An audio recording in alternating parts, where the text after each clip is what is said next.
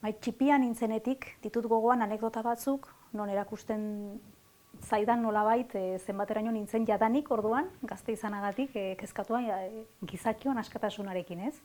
Eta gogoan ditut, adibidez, gurasoen lagun batzuekiko anekdota bat, non oso ongi barneratu nuen batek esandakoa, ez da heziketa eta askatasuna ez zela bateragarria, eta horrek eman zian hausnarketa hola bide bat, edo gogoan ditut ere bai garai hartan oso gazte nintzela, zera Benito kantariarekin izaten dituen elkarrizketa batzuk, eta harek ere askatasunari buruz hitz egiten zidan, eta gogoan dut esaten ziala, nik esaten baldin badizu zein den askatasunerako bidea, ez da askea, eta horrek ere ez nion ulertzen, baina zer pentsatu ematen zian, eta beraz, badut interes hori aspalditik.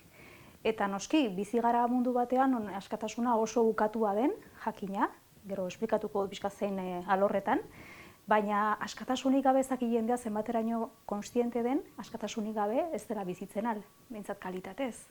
Ze askatasuna da arnasa bezala, da tresna bat bizitzeko, askatasunik gabe ezin dugu bizi. Hile egiten gara nolabait, bizirik bagaude ere.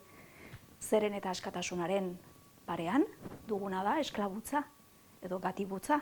Maila ezberdina daude noski, gatibu izatea, kanpoko batek baitzen baldin bagaitu, jende guztiak ikusten du gatibu gaudela eta zenbateraino den hori gogorra. Baina gatibutza maila asko daude eta gatibu zu bilakarazteko modu asko daude. Gero eta mundu artifizialago batean gaude eta menderakuntzak ere hartzen ditu kamuflaje ezberdinak eta horren ez gara kontziente, baina askatasuna oso falta handia dugu eta iruditzen zait hori dramatikoa dela. Maila pertsonalean, jendea ez da kontziente zenbateraino askatasuna galdu duen, zenbateraino dagoen bestea prest zure askatasuna kentzeko, eta zenbateraino gai garen gu, edo ez gai, gure askatasun hori defendatzeko eta beraz beste bati oparitzeko, ez da? Maila pertsonalean hori interesantea egiten zaiz, jendeak ikusten du askatasuna gauza bat kanpokoa bezala, lortu beharrekoa, horrantz jo behar dut, baina askatasuna zurea da, batek kentzen aldizu, baina kontzientzia izan behar duzu, batek kendu dizula, hain zuzen ere, pentsatzeko zein izaten alden zure askapenerako bidea. Baina noski, ez baldin bada zara horretaz kontziente, ezin duzu abiatu zure indarra horretan, ez da?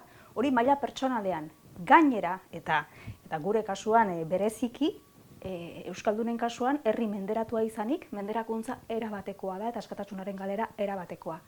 Autodeterminazioa hitz egiten denean, hori ere da kontzeptu bat oso desbirtualizatuta dagoena, eta bar, autodeterminazioa ez da aske bizitzeko pertsona batek, populu baten parte delako duen eskubidea baino. Autodeterminazioa ukatzen zaion herri batean, askatasun guztiak, maila personalean, sozialean eta nazionalean denak dira ukatuak. Eta horren kontzientzia galtzen duen herria galduta dago. Eta iritsi gara momentu batera, non gure herriak galdu duen kontzientzia herri menderatua dela. Noski, hori menderatzailearentzat sekulako paradisua da. Ez du gure kontra, kasi violentzia erabili behar ere, ze gu ja barneratua dugu gure egoera hau naturala dela. Eta iritsi gara pentsatzera, erabaki beharreko zerbait dela, aske izan edo ez. Da, eromena, ez da, hori dramatikoa egiten zait, herri bezala, zeren herria ez da pertsonen gandik aparte dagoen zerbait, herria osatzen dugu pertsonek, herri menderatu batean denak gara menderatuak. Zeren eta hemen ditugun eskubide guztiak, eta aske, nolabait bizitzeko aukera guztiak dira, espainol edo frantses bezala. Orain adibidez asko entzuten da haur transexualen errealitatea, edo beste menderakuntza mota batzuekiko kontzientzia handiagoa da, eta asalatu egiten gara nola bizi daiteken haur bat ez dagokion nolabait genero batean, eta pentsatzen dugu dela maila oinarrizko bateko ukazioa, eta horrela ezin duela pertsona batek bizi, alegia mutila baldin bada, ezin duela bizi ongi eta aske eta kalitatez beste gorputza batean edo beste genero batean. Gure kasuan, dena zaigu ukatua, ze gure eskubide guztiak, eta hemen bizitzeko ditugun aukera guztiak dira espainol edo frantses bezala. Eta ze kulturak egiten zaituen pertsona, da zure pertsonaren parte bat, hori ukatua dagoenean, dena dago ukatua.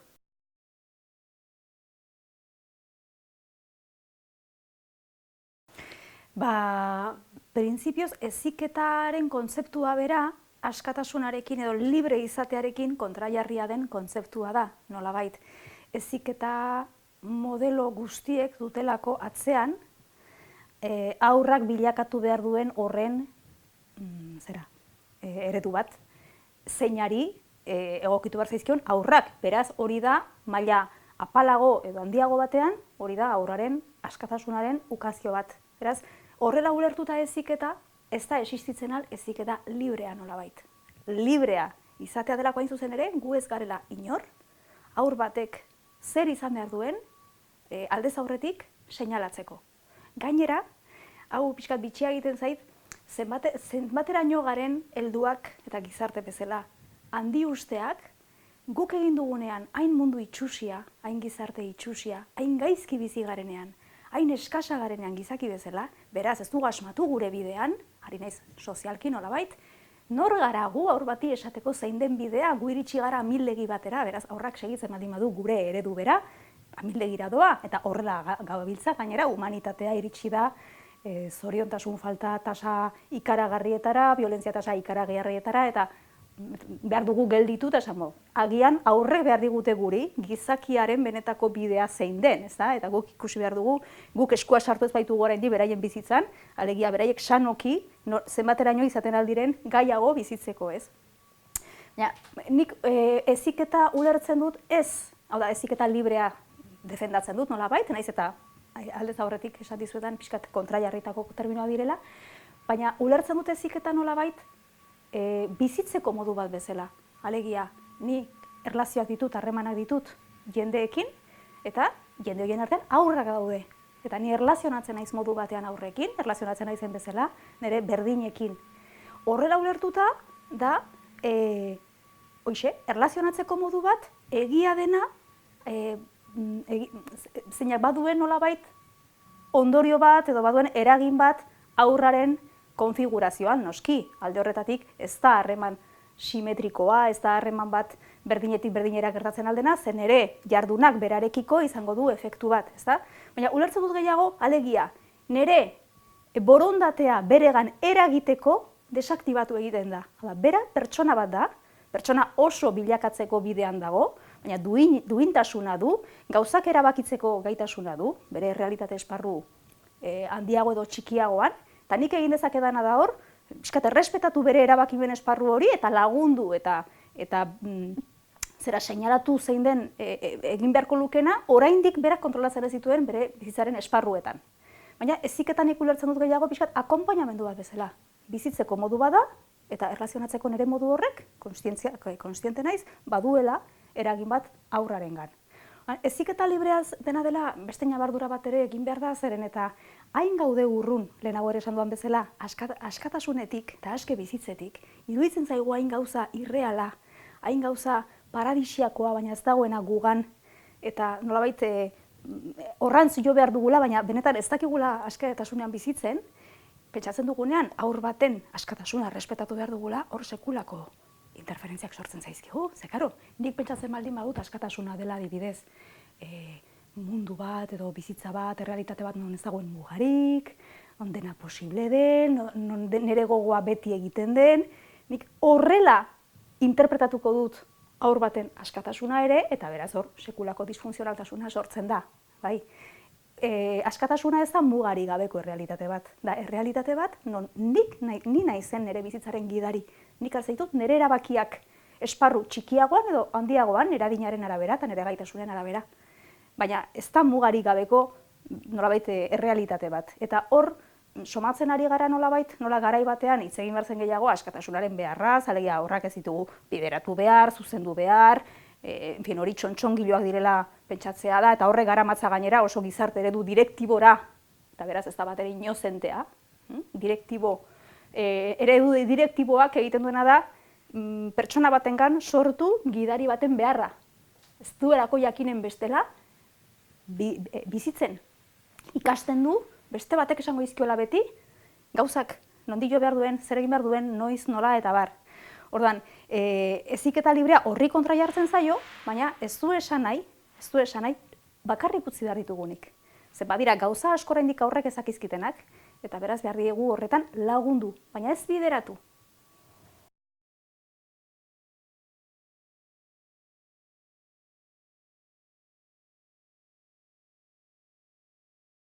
Ba, hoxe, lehenagoko galderan esplikatzen hasi naizen bezala, dialektika bat da. Baina dialektika hori ez da inbeste aldatzen, adibidez, heldu eta haur baten harremana eta bi helduen arteko harremanaren artean. Ez da inez berdina, alegia. Nik izan dezaket lagun bat, elbarria dena adibidez, eta ez dena ibiltzen al, eta nik laguntzen diot, gure interdependentzia horretan nik laguntzen diot, berak ezin duen erretan. Hori bera trasladatu beharko genuke, txikiengan. Beraz, utziko diot beti, eta hor ez dut inoiz ere interbentziorik eginen, ez dut eskua sartuko, bera gai baldin bada bere realitate esparru hori kudeatzeko, ze hortan datza askatasuna, alegia, berak hartzen dituela, bere bizitzan esanguratsuak izango diren erabaki horiek, berak hartzen dituela. Eta nik lagunduko diot oraindik gai ez den horretan. Ez baldin badaki oinez, nik besotan eramango dut, ez dakielako oinez, baina oinez dakienean, utziko diot ibiltzen. Horrek ez du esan nahi ez dudan berriz inoiz hartuko besotan, baina ulertzen da. Berak ez du erdietxi oraindik gaitasun bat, eta nik laguntzen diot, berak erdiesten ez duen horretan.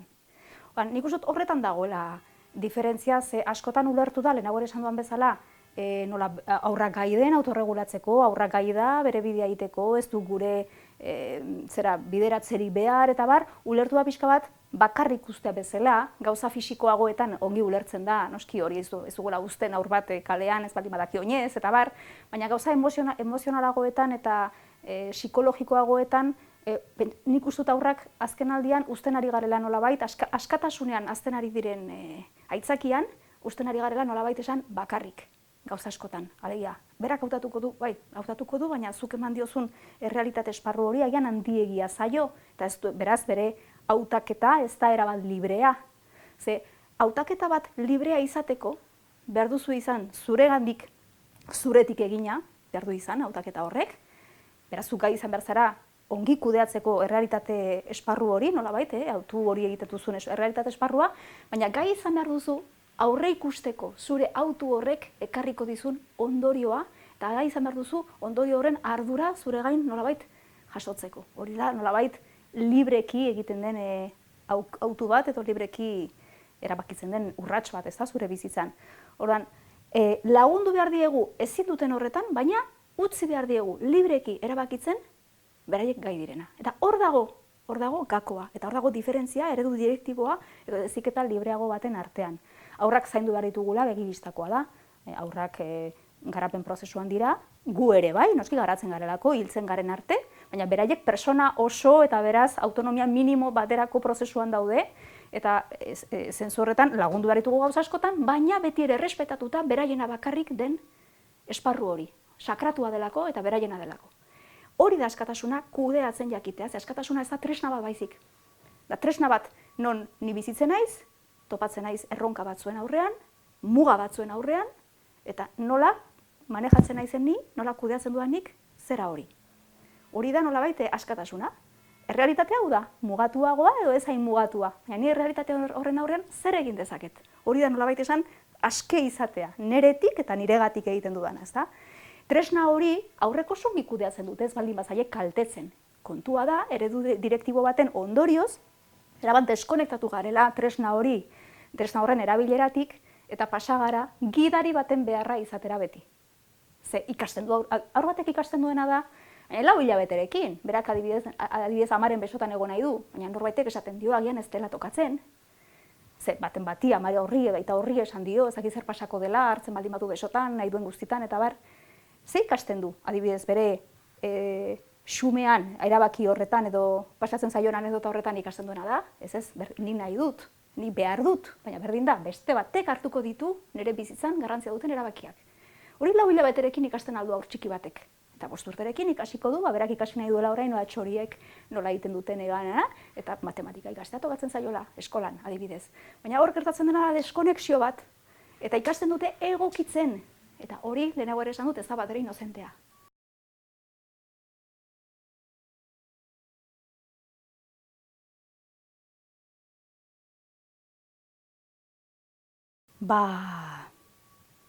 Haurtzaroan dena dago. Jaiotzen gara, noskila pertsona gara, jakina, baina oraindik oso ez gai gure bizitza libreki aurrera eramateko oso mendeko garelako, beste baten laguntza erabatekoa dugulako, eta beste horren, normalean helduen laguntza hori gabe hil ere egingo ginatekelako. Jaiotzen gara oso salduta nolabait, eta egiten dugu prozesu bat, garapen prozesu bat, non iristen garen izatera pertsona oso ulertuta nolabait, gai garela maila minimo batean, askatasunez bizitzeko. Horrek ez du esan nahi ez dugunik izango besten beharra, besten laguntzaren beharra, hori interdependentea gara, gizaki soziala garelako, baina ni izaten aldi dut utxuneak eta gabeziak, eta baditut, baina gai naiz, heldua naizelako, aske bizitzeko eta neretik bizitzeko. Baina hori haur batek egiten du haurtzaroan zehar. Pertsona oso bilakatzeko prozesu hori da ikasketa prozesu bat, non persona gisa konfiguratzen den beste batzuen ereduak ikusita. Jaiotzen garelako beste batengandik eta gure espezia erlazioan hazten den espezia delako. Orduan, zenbaterainoko garrantzia duen haurtzaroak dena, ze pertsona hori eta pertsona horren nolakotasuna, pertsona oso izateko behar dituen gaitasun eta jakintza guzti horiek hartzen ditu aurra denean.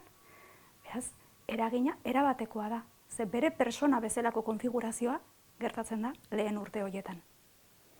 Hori ez dakit jendea zenbateraino konsiente den, iruditzen zait oso importantea dela pixkat hori dena zabaltzea, ze noski aurren hasiera eta heziketari buruzko hausnarketa egitea herri batentzat da oso garrantzitsua etorkizuneko helduak hor duelako jatorria. Ez horregatik bakarrik, da aurrak ez ditugu beste modu batean hasi behar etorkizuneko hiritarrak izango direlako, eta beraz pentsatzen ari garelako nolakoak nahi ditugun, eta ongi tratatu behar ditugu, merezi dutelako, eta punto, pertsonak ongi tratatu behar ditugu bezala. Baina helduaren konfigurazioa batez ere sortzen da lehen urteetan. 0-7 urte horietan, gertatzen da nagusiki, gero noski nerabezarora arte ere bai bada hor prozesu bat, eta beste ikasketa batzuk eta baina da erabatekoa. Hizkuntza ikasten dugu txikitan, eta nola ikasten dugun txikitan, horrek du efektua geroko gure hizkuntzan.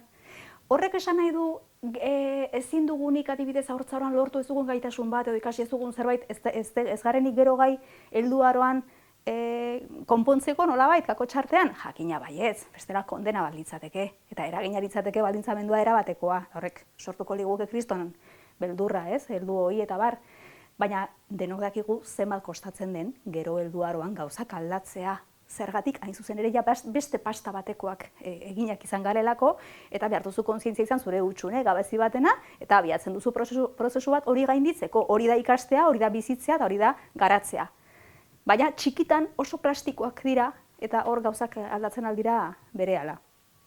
Zein da, kasualitatez, ironigoki diot, oraingo helduak duen konfigurazio hori, edo zer da gure heziketak, gure kultura okzidentalean batez ere aurrengan txertatzen dituen ezaugarri psikologikoak zeintzu dira, hasteko eta behin eta nagusiki dependentzia emozionala.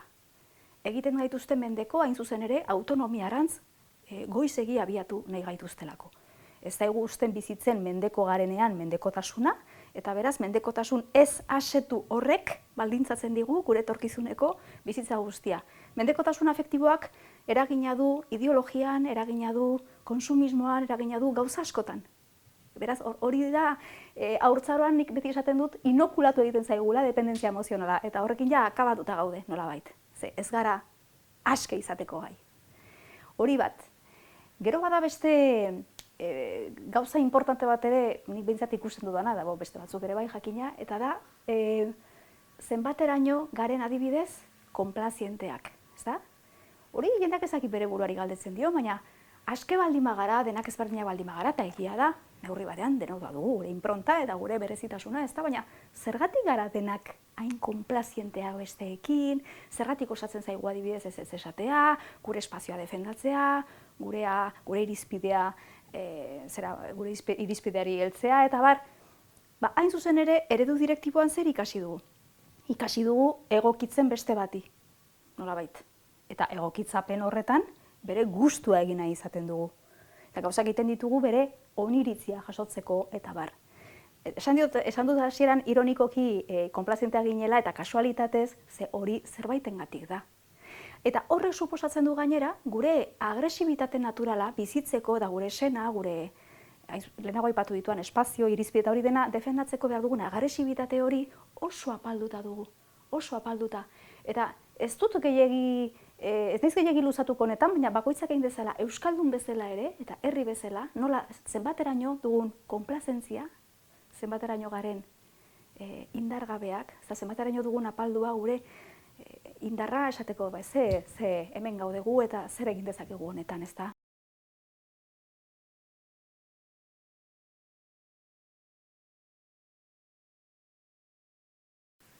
Zergatik den bereziki gurea bezalako herri batentzat, askatasunaren galera beste herri batzuetan baino nabarmenagoa delako. Hain nabarmena non berriro diot. Hori ez dut nik esaten edo ez dugu guk esaten batzuk. Hori onartua dago, errekonozitua dago Nazio Batuen kartan eta bar. Autodeterminazio eskubidea, herri baten autodeterminazio eskubidea da, gainerako guztien baldintza. Lehena da, oinarrizko eskubidetan, lehena da autodeterminazioa. Eta berriro diot, ez dut nik esaten, hori hola onartua dago, hola jasoa dago, noski, ez da bermatzen, hori beste kontu bada, baina zesan nahi du horrek, autodeterminazioa ukatua zaion herri batean, okupazioa dagoen herri batean, bere buruaren jabetza ez duen herri batean, askatasun guztiak dira ukatuak. Zentzu horretan, noski, gure aurrek behar dute, eta guk, ze lehenko galderara ere itzuliko naiz, ez du zentzurik nik aurrentzat zerbait nahi izateak, ez baldin badu zentzurik niretzat, eta zentzua baldin badu aurrentzat, niretzat ere badu. Beraz, denentzat, baina bereziki ardura dugulako aurrekin, hori lehenago ere esan dut, zerrati da bereziki importantea guretzat, behar dugulako estrategikoki garatu gaitasun bat askapenerakoa. Gizaki guztiak gaude neurri batean gatibu, nolabait esan, ez? Ez psikologikoki, baina bai beti dagoelako norbait gure ondoan indartsuagoa dena eta gaitasuna duena gu mendean hartzeko eta borondatea du horretarako. Baina gure kasuan behar dugu biziko bagara herri bezala, eta beraz euskaldun bezala, behar dugu estrategia bat garatu, gaitasun bat garatu, askatuak izateko. Orduan, nork kentzen dizun askatasuna, non dagoen zure askatasuna eta beraz zure duintasunaren kontrako mehatxua, hori dena behar dugu oso garbi izan, oso garbi izan. Gure biziraupena jokoan dagoelako, eta gure kasuan gainera oso kamuflatua dagoelako. Garai batean, erasoak nabarmenagoak ziren. Agian, agresiboago ginelako, agresibo diodanean, ari naiz pixkat indarraren zentzuan. Ordan, zuk zure indarra erakusten baldin baduzu, zurea defendatzeko gaitasuna erakusten baldin baduzu, eta bar, zure menderatzaileak behar du zure kontra violentzia erabili. Zure izatearen kontrako eraso guztiak dira beti violentoak. Baina, batzutan, violentzia oso gordinki erabilita behar dizute erasoa gauzatu, ezta? Nola gure indarra asko apaldu den, herri bezala, oso konplazienteak gara, hemen ez dago arazorik, besterik gabe ez digutela uzten bozkatzen, edo ez zirela gure eskubideak errespetatzen, ez dakit, ezin dugulako euskaraz bizi Baionan, eta lako oso modu apalean ari gara nolabait hori dena irakurtzen, gure errealitatea irakurtzen, menderatzaileak ez du gure kontrakasi violentziarik ere erabili behar, ze barneratua dugu ja gure katea, barnean. Kamuflaje horretan ere behar dugu oso gai izan, eta oso pizkorri izan, eta oso erne egon, non dagoen erasoa. Eta horretarako behar dut oso ongi jakin nor nahi zen, zer nahi zen, eta hori guretzat ere bai, baina hori baldin bagara eziketaz, gure ardura delako, eta gure aurroien konfigurazioa gure harremanaren nolakotasunaren menpe dagoelako, behar dugu horretaz kontzientzia oso garbia izan. Beste herri batekoa, baino gehiago ze beste herri batean, behar bada, herri libreetan eta herri normaletan, hori ez dago, aurrak izango dute bizitza bat mugatuagoa edo zain mugatua, jakina, tokatu zaien ekosistemaren arabera, baina herri bezala, gizarte bezala, izango dira aske. Gure kasuan ez. Gu jasatzen ari garen zapalkuntza, da jasaten alden zapalkuntzarik handiena. Berriro diot, hitz guztiaekin eta hitz larriekin, handiena. Autodeterminazio eskubidea urratua zaigulako. Beraz, pentsa, zenbateraino behar dugun izan kontzientzia, horretaz, eta askapenera eramango gaituen bideaz.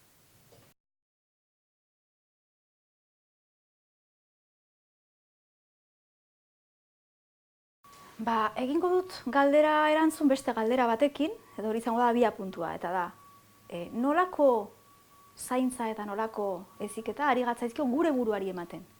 Ze gauza bera da. Gu gure burua ongi tratatzen ari gara, hemen, gure, esango nuke, ez.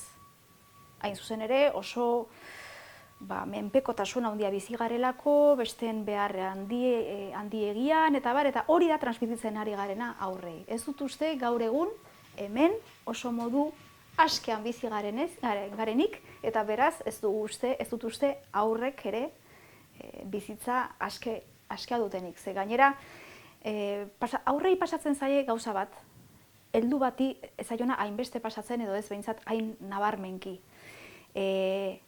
Aur bat, lehenago ere esan dut, salduta dago. Aurrak hainbeste beharra du gurea, ezin duela gure kontra egin. Eta hain dira manejagarriak eta hain dira plastikoak, hain dira bigunak modelatuak izateko, egiten aldugula, beraiekin nahi duguna, ze ezin dute guregandik aldegin. Helduen arteko harremanetan, ni baldin badut harreman bat, non sentitzen dudan besteak manipulatu nahi nauela, eta saiatzen ari dela nerekin egiten, gauza, ohartzen baldin naiz, beti, abia puntua beti da kontzientzia, ikustea, hau ez dut nahi niretzat, eta zein dezaket, nik alde egiten aldut.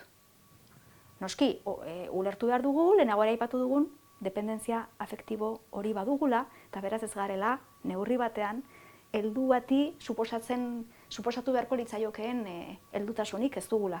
Eta beraz, askotan hori identifikatuta ere, hor segitzen dugu. Bai?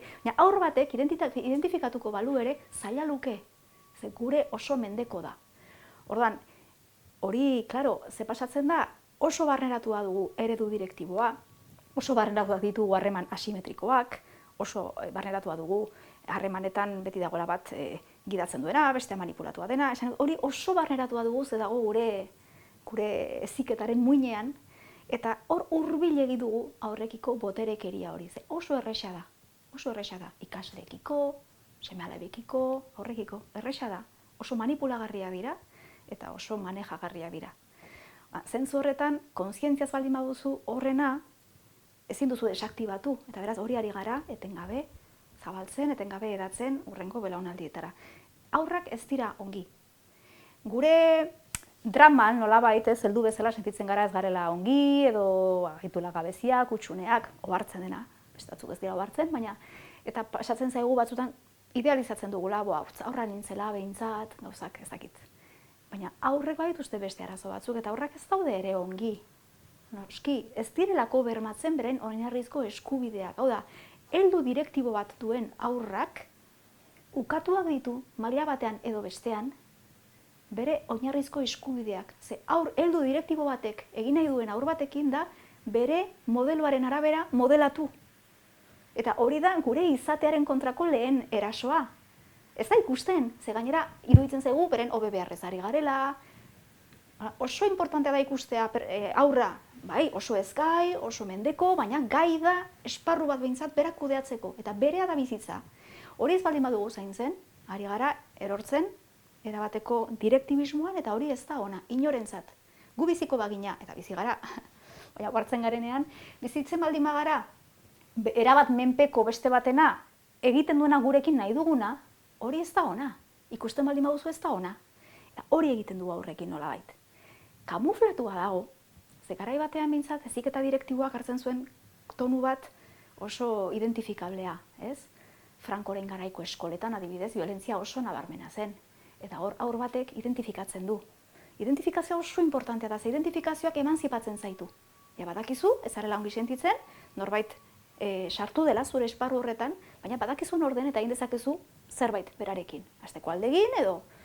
Baina orain, violentzia milaka kotxen artean bera egiten da, ze ez dugu aldatu funtsean aurrekin egin nahi duguna, eta da, bilakatu daitezela guk nahi dugun bezalakoak, violentzia dago hor, baina kamuflatuago dago. Orain motibatzen ditugu, kasi iristen gara, itxura eman nahi izatera berak aukeratu dura zerbait, baina guk eraman dugu.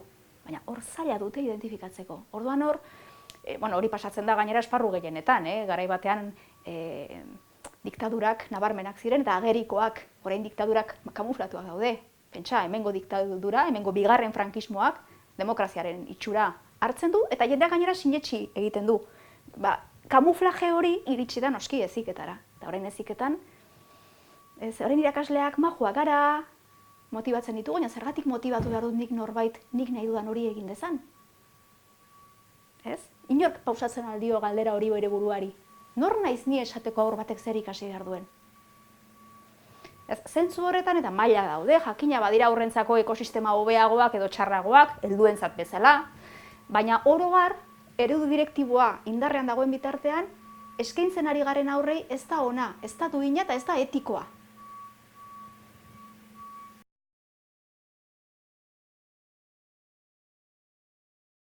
Hasteko irudikatzen dut, izango dela guk geuretzat ezarria den sistema bat. Hori importantea da. Hezkuntza sistemak instalatzen ditu estatu batek, hautatuta herri horretan bizitzeko, estatu horretan bizitzeko, estatu horretako hiritar izateko beharrezkoak diren ezaugarri psikologikoak edo, ez dakit, hori dena aintzat hartuta ezartzen ditu hezkuntza sistemak, ez? Hasteko guk hori egiteko aukera baldin badugu, horreia asko esan nahiko du. Aukera bagenu, eta aukera izango dugu noizbait, nik oraindik pentsatzen dut herri hau biziri dagoela, eta biziri baldin badago, ohartuko da ez dela aske eta behar duela estrategia bat garatu bere askapenerako, baina izango garenean, egingo nuke hezkuntza sistema bat ez dena hezkuntza. Orduan, aplikatu ahalko dut, nire pixkat lanean egin dudan ikerketa guzti horretan, iruditzen zaidana pedagogia on bat izan behar duena, ez? Hasteko izen aldatuko nioke, ze hortaz ere ez dakit ohartzen garen, baina hezkuntza izena hartzen du, eta ez adiez ikasketa sistema. Ez da kasualitatea. Hau da, hezkuntza sistemak duen gogoa eta nahia eta helburua ezkutukoa bada ere, ez aitortua da, hezitzea. Eta hori hartzen du arreta, nola hezi, beraz nola hotzan du, nola domestikatu, nola... Orduan, nik jarriko nuke ikasketa sistema bat, alegia, bale? Horrek eskolara joan behar baldin badute, ze hori ere, zalantzan jar genezake, badira komunitate asko eta badira kultura asko, non ez dagoen eskolarik. Eskolak ere ez dira zerutik eroriak, instituzio bat oso politikoa eta helburu ezkutuko asko dituena, baina joan behar baldin badute eskolara, izan dadila benetan ikastoki bat, izan dadila bizitoki bat, non aurrak errealitatearekin harremanetan ikasiko dituzten gauzak. Ze ikastea da bizirik egotearen ondorio bat, ez da eskola baten meritua, zuk errealitatea sentitzen duzu, errealitatea irakurtzen duzu eta ikasten duzu. Zeuretik, da, zuk topatu duzulako arazo bat, topatu duzulako enigma bat, eta hori da garatzea eta ikastea, ez? Oraingo eskolek egiten dutena esango nuke ez dela ikasketa, hau da, kurrikulunean jartzen diren gauza asko, ez dituzte aurrek ikasten.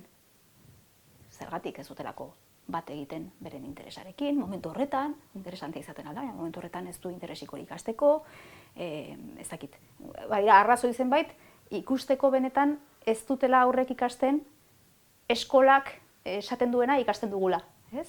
Zer ikasten dugu eskolan? Ikasten dugu eredu bat, ikasten dugu gizarte eredu bat, ikasten dugu obeditzen, ikasten dugu beste bati egokitzen, ikasten dugu, gauza ezkutuko asko, kurrikulum ezkutukoaren parte direnak, eta pixkat, horretaz guztiaz hausnarketa egin da, egingo nuke benetan ikastoki bat, benetan bizitoki bat, non aurrak biziko diren, eskolan bezala kanpoan ere, eta hor ere ikasiko duten, ez?